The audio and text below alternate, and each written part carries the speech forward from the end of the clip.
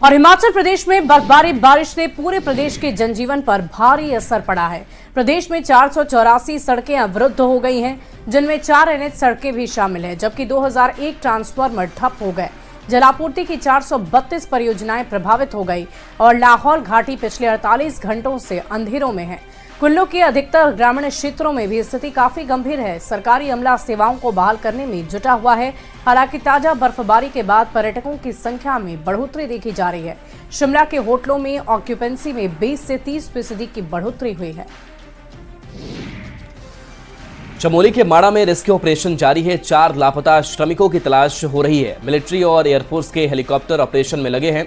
वहीं सीएम पुष्कर सिंह धामी पल पल की अपडेट ले रहे हैं। देहरादून आपदा कंट्रोल रूम सीएम धामी पहुंचे और अधिकारियों के साथ बैठक की। इस दौरान मुख्यमंत्री ने आज के रेस्क्यू अभियान की पूरी जानकारी अधिकारियों से ली। शनिवार को सीएम धामी ग्राउंड जीरो पर भी गए थे। भारतीय टीम आज चैंपियंस ट्रॉफी में न्यूजीलैंड के खिलाफ खेलने के लिए उतरेगी। दोनों ही टीमें अपने लगातार 2 मैच जीतकर टूर्नामेंट के सेमीफाइनल में पहुंच चुकी है। आज के मैच में यह तय होगा कि ग्रुप ए में पहले नंबर पर कौन सी टीम रहेगी। ग्रुप बी में साउथ अफ्रीका पहले जबकि ऑस्ट्रेलिया दूसरे नंबर पर रही थी। भारतीय टीम के स्टार क्रिकेटर विराट कोहली आज अपने करियर का 300वां वनडे खेलने उतरेंगे। भारत ने अपने पहले मैच में बांग्लादेश को हराया था। इसके बाद चिर प्रतिद्वंदी पाकिस्तान को पीटा। वहीं न्यूजीलैंड ने अपने पहले मैच में मेजबान पाकिस्तान को मात दिया और फिर बांग्लादेश को हरा सेमीफाइनल का टिकट पक्का किया। चैंपियंस ट्रॉफी में भारत और न्यूजीलैंड के बीच 24 साल पहले मैच खेला गया था। 2000 में दोनों टीमें फाइनल खेलने उतरी थी, जहां कामयाबी कीवी टीम को मिली थी। चुनावी साल में बिहार में छिड़ा है सियासी महासंग्राम। सियासी लड़ाई सोशल मीडिया पर आई।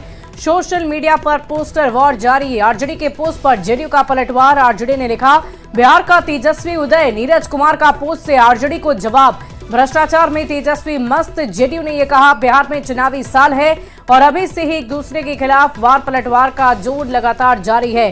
सियासत जोर पकड़ने लगी है और हम आपको वो ट्वीट हमने आपको पहले भी दिखाया और सोशल मीडिया पर ये तस्वीरें साझा की गई है, जिसकी तस्वीरें आप देख पा रहे होंगे। एक तस्वीर में आरजेडी का पोस्ट है जिसमें तेजस्वी को उदय बताया जा रहा है, तो दूसरी तस्वीर जो जेडीयू की तरफ से साझा की गई है उसमें मुख्य प्रवक्ता नीरज कुमार ने पोस्ट कर कहा है कि तेजस्वी उस तस्वीर का इस्तेमाल कर कि भ्रष्टाचार में मस्त उन्हें दिखाने की कोशिश की गई है और ये लिखा है कि भ्रष्टाचारी और घोटालेबाज कभी बिहार की पहली पसंद हो ही नहीं सकते। जेडीयू के मुख्य प्रवक्ता नीरज कुमार ने पोस्ट किया है, भ्रष्टाचारी घोटालेबाज कभी बिहार की पहली पसंद हो ही नहीं सकते। तेजस्वी यादव बिहारी जनता के विवेक और अस्मिता का मजाक उड़ा रहे हैं। रोजगार की बात करते हैं जो केवल अपने परिवार के उदय में लगे हैं। लालटेन से क्या रोशन करेंगे जब घर घर को नीतीश कुमार जी ने बिजली से रोशन कर दिया है। और अब जरा आरजेडी के पोस्ट पर भी नजर डालिए। पार्टी ने तेजस्वी को 2025 के चुनाव के लिए किस तरह से प्रोजेक्ट किया। बिहार की पहली पसंद तेजस्वी, सबकी पसंद तेजस्वी, रोजगार के लिए उम्मीद तेजस्वी, न्याय की आश तेजस्वी, सुख दुख का साथी तेजस्वी, दुखियों का सहारा तेजस्वी, नए बिहार का संकल्प तेजस्वी, तेजस्वी भवः बिहार, #तेजस्वी यादव। इधर कृष्णा अल्लावरू के बयान से आरजेडी की टेंशन बढ़ सकती है। महागठबंधन में आरजेडी ही खुद को बड़ा भाई समझता है। आरजेडी विधायक भाई वीरेंद्र ने अल्लावरू के बयान पर कहा है कि कौन क्या बोलता है इससे मतलब नहीं है। आरजेडी बिहार की बड़ी पार्टी है और तेजस्वी के नेतृत्व में ही हम विधानसभा चुनाव में जाएंगे और तेजस्वी सीएम बनेंगे, जिसमें कांग्रेस उनके साथ है। राजद हमेशा बड़ी पार्टी रही है और आगे भी सरकार बनाने के लिए हम लोग पूरा प्रयास कर रहे हैं कि तेजस्वी यादव मुख्यमंत्री हो। ये जनता ने तय कर लिया है, इसलिए कांग्रेस भी शामिल है उसमें। नहीं, बड़े भाई और छोटे भाई का नहीं। और हमारा जो दल है उसके साथ बहुत मधुर रिश्ते रहे हैं आदरणीय लालू प्रसाद यादव जी और श्रीमती सोनिया गांधी जी से। इस पर कोई क्या बोलता है उस पर हमारा कोई फोकस नहीं है। हमारा बस एक ही है कि दोनों पार्टियों का बहुत मधुर संबंध है और आगे भी रहेगा। कृष्णा अल्लावरू के बयान पर बीजेपी ने पलटवार किया। पार्टी प्रवक्ता प्रभाकर मिश्रा ने कहा कि आरजेडी के बिना कांग्रेस का बिहार में कोई वजूद नहीं। कांग्रेस को अब टॉनिक नहीं, गंगा जल की जरूरत है। बिहार में कांग्रेस के अस्तित्व, राजद की बैसाखी पर टिकी कांग्रेस का वजूद ही क्या है। मर चुकी कांग्रेस के पदों पर नियुक्ति जब राजद सुप्रीमो के इशारे पर होता हो तो इस पार्टी को भगवान भी नहीं बचा सकते। हालात ऐसे हैं कि बिहार में कांग्रेस के अस्तित्व को अल्लाह भी नहीं बचा सकते। बिहार में कांग्रेस के प्रभारी कृष्णा अल्लावरू क्या संगठन में जान डालेंगे? कांग्रेस मृत होने की कगार पर है। अब उसे टॉनिक नहीं, गंगा जल की जरूरत है। बिहार के मंत्री अशोक चौधरी ने भी कृष्णा अल्लावरू के बयान पर तंज कसा है और बिहार कांग्रेस को नया नया बता दिया है। अशोक चौधरी ने यह भी कहा कि वे तेजस्वी को सीरियस नहीं लेते हैं। अभी ये तो बेचारा अभी नया नया आया ही है। कितना दिन हुआ है प्रभारी बने हुए? बिहार आए हुए कितना दिन हुआ है? अब आते के साथ ही उनको पूरा बिहार घूमे कहाँ है जो उनको पता हो गया। अब तेजस्वी जी को कितना सीरियस लेते हैं? चुनाव का समय आ गया है तो यही सब ना बोलेंगे। और बिहार में जालसाजी का एक बड़ा मामला सामने आया। इंडिया पोस्ट पेमेंट बैंक के 50,000 से ज्यादा ग्राहक के साथ धोखाधड़ी हुई और इनसे 50,000 से 3 लाख रुपए तक की ठगी कर ली गई। ये सभी वैसे खाता धारक हैं जिन्होंने अपना KYC नहीं कराया। धोखाधड़ी का शिकार लोगों ने जब डाक विभाग में इसकी शिकायत की तो पूरा मामला खुलकर सामने आ गया।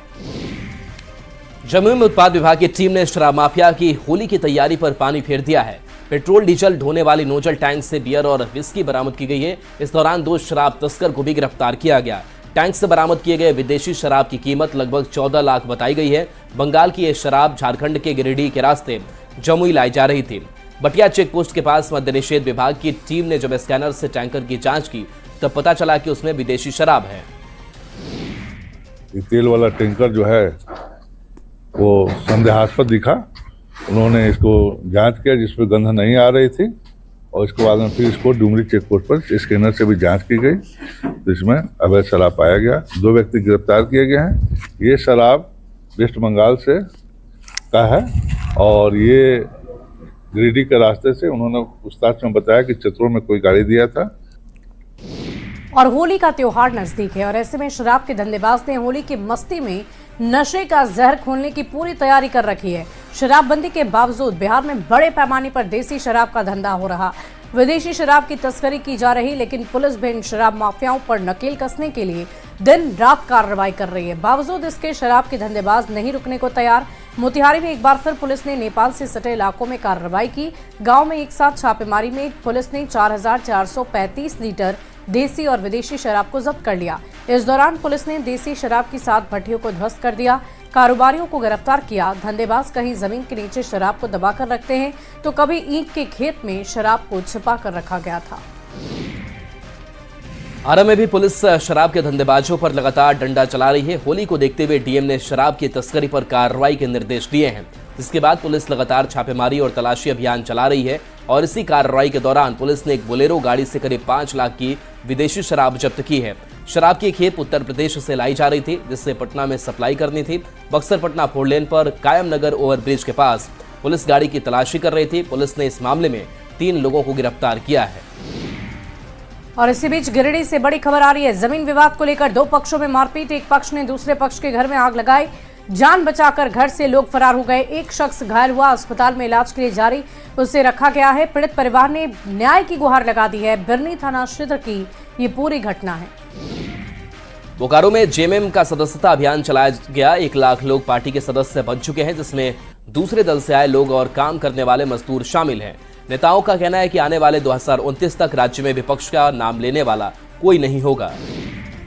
चाईबासा से एक खबर आपको बताएं। आपूर्ति विभाग की बड़ी कार्रवाई। लंबे वक्त से 107 पीडीएस दुकानदारों को नोटिस जारी। आपूर्ति पदाधिकारी सुनीला खलखो ने नोटिस जारी कर दिया। दुकानदारों से स्पष्टीकरण की मांग की गई। बंद पड़े जन प्रणाली वितरण दुकानों से ग्रामीणों की परेशानी बढ़ रही है। समय पर राशन का उठाव वितरण नहीं किया जा रहा। स्पष्टीकरण आने के बाद आगे की कार्रवाई की जाएगी। लाइसेंस रद्द करने की भी कार्रवाई की जाएगी। गिरिडीह के साइदीप स्टोर एंड गिफ्ट कॉर्नर दुकान में ऑनलाइन मंगाए गए टॉफी बॉक्स के पैकेट में पत्थर निकलने का मामला सामने आया है। दुकान संचालक ने बताया कि जियो मार्ट से उन्होंने 470 रुपए का एक टॉफी बॉक्स ऑनलाइन ऑर्डर किया था, लेकिन बॉक्स खोलने पर उसमें से पत्थर निकला और डिलीवरी बॉय से पैसा रिटर्न करने को कहने पर उसने दुकानदार से हाथापाई की। पीड़ित ने FIR दर्ज करते हुए आरोपी पर कार्रवाई की मांग की है। मैं ऑनलाइन जियो मार्ट के थ्रू एक चॉकलेट का ऑर्डर किया था। चॉकलेट का जब बॉक्स ओपन किया तो उसमें से पत्थर निकला। जब वो पत्थर के लिए मैं डिलीवरी बॉय को बुलाया तो उसमें आया। उसके बाद हम बोले कि बाबू इसमें पत्थर निकला है, तुम पैसा इसका रिटर्न कर दो। तो बोला पैसा रिटर्न नहीं होगा, और जाने लगा। तब मैंने उसका मोटरसाइकिल स्कूटी का चाबी निकाले ऊपर काउंटर पे चढ़ के उसने मेरा गड्ढा पकड़ के हाथापाई मेरे साथ किया, बदतमीजी की। गिरिडीह के पूर्व नक्सली मनोज यादव के आत्मसमर्पण कर दिया। समाज की मुख्य धारा में लौटकर अपने परिवार के साथ खेती करके अपना जीवन व्यतीत कर रहे हैं, लेकिन आत्मसमर्पण के दौरान सरकार की तरफ से जो वादे किए गए वो पूरे नहीं होने से मनोज यादव और उनका परिवार नाराज हैं। आपको बता दें कि मनोज ने 1993 में नक्सली संगठन ज्वाइन किया था। 2001 में उन्होंने आत्मसमर्पण कर दिया था। मेरा जैसे कमाने वाला भाई लोग छोटे छोटे थे, बाप कमाने वाला था। हम लोग का ज़मीन जो है सो 91-92 में पूरा माने सब सीज हो गया, और सीज होने के बावजूद हम लोग ज़मीन के ले करके हम लोग नक्सली में गए थे, और उनका विचार समझे, विचार हुआ तो नक्सली में गए तो ज़मीन उमीन वापस हुआ। और वापस होने के बावजूद जो है सो माने उसके बाद हम लोग केस उस हो गया एक बात हो, तो फिर हम लोग सरेंडर कर गए। जमशेदपुर शहर में पालतू जानवरों के अंतिम संस्कार की व्यवस्था की गई है। टाटा स्टील ने शहर के जुबली पार्क के पीछे एक आधुनिक पशु क्रीमेटोरियम बनाया है, जहां पालतू जानवरों का सम्मानजनक तरीके से अंतिम संस्कार किया जाएगा। नया फैसिलिटी है एंड आई होप जमशेदपुर वासी इसको अच्छे से यूज़ करें, क्योंकि कई बार हमने नोटिस किया है कि कुछ स्ट्रे डॉग कहीं पे मरा हुआ पाया जाता है, लोग उसके पास नहीं जाते हैं। तो ये एक अच्छी फैसिलिटी है जिसको कि यूटिलाइज किया जा सकता है। बहुत टाइम से प्रयास था कि शहर में जैसे सब आजकल स्मार्ट सिटीज़ में हर चीज़ के लिए एक तरीका होता है, जिस तरह से हम अपने पेट्स को जिनको प्यार करते हैं, छोटे जानवरों को उनकी मृत्यु के बाद उनको कहाँ पे उनको किया जाए, दफनाया जाए, तो लोग अपने गार्डन में या इधर सड़कों पे छोड़ देते थे। तो इसलिए बहुत ज़रूरी था। हजारीबाग जिले में टमाटर की खेती करने वाले किसान खून के आंसू रो रहे हैं। वजह है कि टमाटर का सही कीमत ना मिलना। खेत में हजारों किलो टमाटर तैयार हो गए, लेकिन कोई खरीदार ही नहीं पहुंच रहा। किसान 2 रुपए किलो टमाटर बेचने के लिए भी तरस रहे हैं। स्थिति तो ये हो गई है कि एक एक किसान को 6-7 लाख रुपए तक का नुकसान हो गया है। जिले में सैकड़ों ऐसे किसान हैं जो लीज पर जमीन लेकर खेती करते हैं और अब वो सरकार से मुआवजे की गुहार लगा रहे। किसानों की मांग है कि जिले में ऐसे टमाटर के प्रोसेसिंग यूनिट लगाए जाएं, जिससे किसानों को उचित मूल्य मिल पाए। झारखंड सरकार के स्वास्थ्य मंत्री इरफान अंसारी ने स्वास्थ्य विभाग के खिलाफ सीएजी ने जो रिपोर्ट दिया है उसको लेकर बड़ा बयान दिया। उन्होंने कहा कि कैग रिपोर्ट में दम नहीं है, जांच के बाद सारी सच्चाई सामने आ जाएगी। साथ ही कहा कि यह वर्तमान में भले ही मेरे विभाग हो, पर यह मामला बीजेपी के समय से चल रहा है। रांची से एक खबर आपको बताएंगे। और कितना सत्य है कितना असत्य है ये मेरे समझ से परे है। कैग का रिपोर्ट तो कनवाड़ी साहब के खिलाफ भी आया था, 2G स्पेक्ट्रम का भी आया था, सारे लोग बरी हो गए। तो रिपोर्ट में कितना दम है जांच होगा, और जांच जो जानकारी मिल रही है मेरे विभाग का ही मामला है और रघुवर दास के समय से ये मामला था। रांची से एक खबर आपको बताएं, सुखदेव नगर थाना क्षेत्र में नाबालिग बच्चे के साथ दुष्कर्म हो गया। 4 साल की नाबालिग के साथ दुष्कर्म किया गया। 32 साल के शख्स पर दुष्कर्म का आरोप है। सुखदेव नगर थाने में मामला दर्ज हुआ है। आरोपी मौके से फरार हो गया। पुलिस जांच पड़ताल में जुटी है। घर के सामने ही बच्चे खेल रही थी और उसी दौरान उसे बहला फुसलाकर वो कमरे में ले गया और इस पूरी घटना को अंजाम दिया। जामताड़ा में स्वास्थ्य मंत्री इरफान अंसारी ने करीब 5 करोड़ की लागत से बनने वाले नए साइबर क्राइम थाने की आधारशिला रखी। मंत्री इरफान अंसारी ने कहा कि Jharkhand police housing corporation limited की ओर से साइबर थाना भवन का निर्माण कराया जाएगा। अत्याधुनिक सुविधा मिलने के बाद हमारे पुलिसकर्मी और बेहतर काम करेंगे ताकि साइबर अपराधियों में भी खौफ हो। 90% जो है साइबर मुक्त हो गया है। लगातार हम लोग मॉनिटरिंग कर रहे हैं, एसपी साहब है, पूरी टीम है हमारे। हम लोगों ने साइबर में कंट्रोल पाया है, लेकिन फिर भी यहाँ पे साइबर थाना नहीं था। पुराना भवन में हम लोग चला रहे थे। लोगों का मांग था कि यहाँ पे साइबर थाना हो। इसको देखते हुए मैंने राशि दिया है और आज ये मुझे खुशी हो रही है कि जामताड़ा में अपना साइबर थाना होगा। मंत्री जी के द्वारा किया गया, डॉक्टर इरफान अंसारी साहब के द्वारा, जो कि लगातार उनका हमें मार्गदर्शन भी मिलता रहा है कि कैसे साइबर अपराध यहाँ पे कम किया जाए, जिसपे हम लोग कड़ी कार्रवाई करते हुए पुलिस विभाग की टीम इस साल हमने बढ़िया कार्रवाई करते अब तक रिकॉर्ड लोगों को जेल भेजा जो साइबर अपराध में लिप्त थे। और हमेशा ये मंत्री जी के द्वारा हमसे पूछताछ किया जाता है कि कैसे कर रहे हैं, क्या कर रहे हैं, तो इनका मार्गदर्शन बहुत ही अहम रहता है। इसी कड़ी में आज ये शिलान्यास कराया गया है। लंबे समय से ये अटका हुआ था, इन्हीं की पहल है कि ये आगे बढ़ा है। आज शिलान्यास हुआ, आगे भी हम लोग इसमें बढ़िया काम करेंगे। और अगली खबर गिरिडीह से, जहां मैट्रिक पास फर्जी डॉक्टर सलीम अंसारी के महिला के ऑपरेशन की मौत की खबर चलने पर प्रशासन ने कार्रवाई की। सिविल सर्जन प्रशासनिक कार्रवाई से तिलमिलाए। फर्जी डॉक्टर सलीम अंसारी ने पत्रकारों को फोन कर गाली गलौज किया है, जिससे जिला बार एसोसिएशन ने अपनी प्रतिक्रिया जारी करते हुए कड़ी आपत्ति दर्ज कराई। डॉक्टर के खिलाफ कार्रवाई की मांग की गई।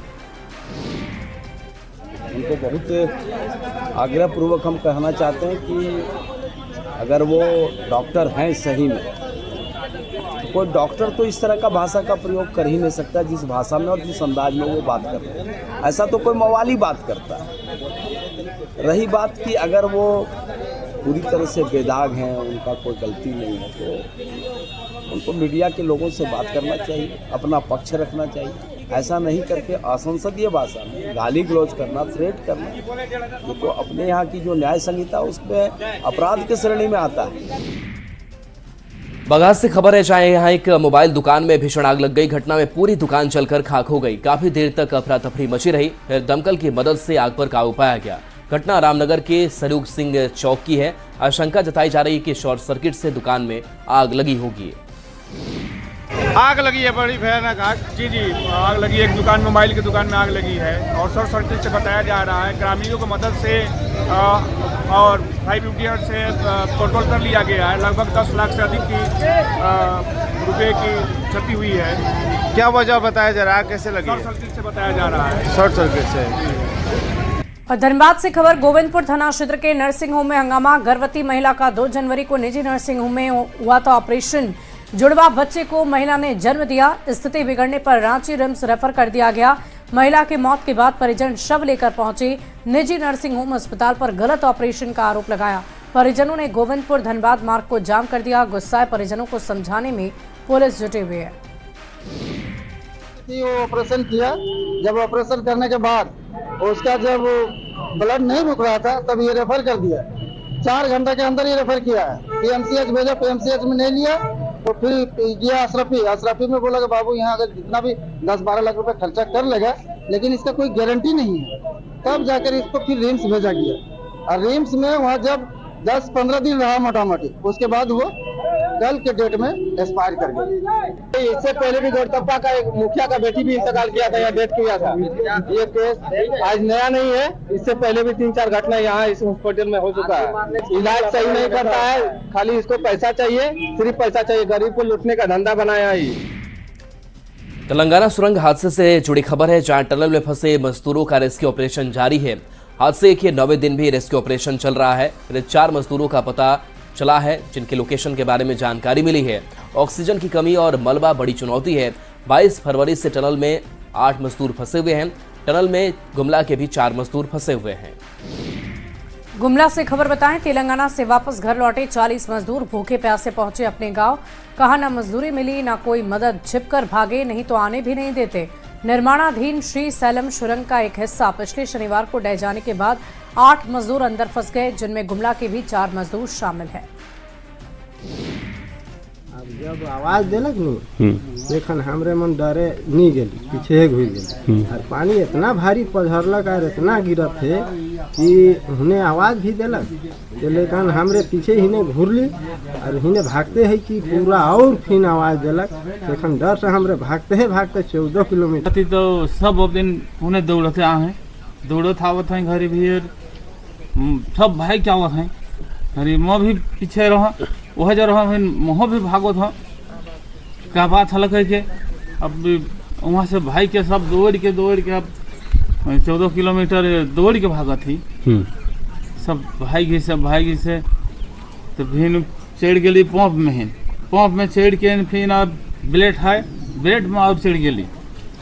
ब्लेड में चढ़ा थी घर पंप में चढ़ा थी और पानी कहा था कि और बीच में है तो पंप चलाते रहे कुछ पानी पी ली, पानी पी के देकर और दौड़ली फिर तो वहाँ चढ़ के हिन फिर और निकल। और फिलहाल